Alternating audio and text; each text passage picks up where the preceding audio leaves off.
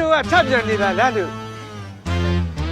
လိုင်းကလေးတွေပြည့်ဆွလာတဲ့တောင်ဆက်မှာကြင်မောင်နှံတောင်မှရှက်လို့ပြောင်းနေ ဘာလို့ရှောက်ပြောနေတော့လဲတမွဲမှမရှိတဲ့ကောင်ကဘလို့လို့တောင်မှထွက်လာမှလို့ကျွတ်ကျွတ်ကျွတ်ကျွတ်ကျွတ်ကျွတ်ဟဲ့ကျော် ရွှေတို့ပြစ်ကြပါလို့ရလဲလို့ ဟိုငားများတာဖေး ဟင်ဒါဆိုရင်ဒီငေါ့မင်းညသွားတာပေါ့ဟဲ့လားဟဲ့လား ဟိုသွင်းလုံးလို့လေစားကြည့်လို့ ဒီမဲ့နက်ကြော်ကြီးခမပြောတော့အထမြောက်တယ်ဆို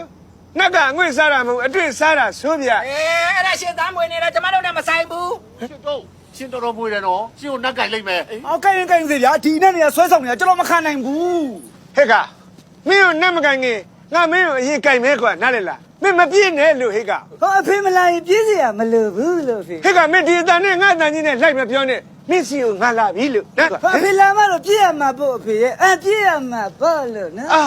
မင်းကငါတဲ့တော့အတန်ကောင်းနေပါလားကွာမင်းသိပြီတော့လို့မင်းသိပြီတော့လို့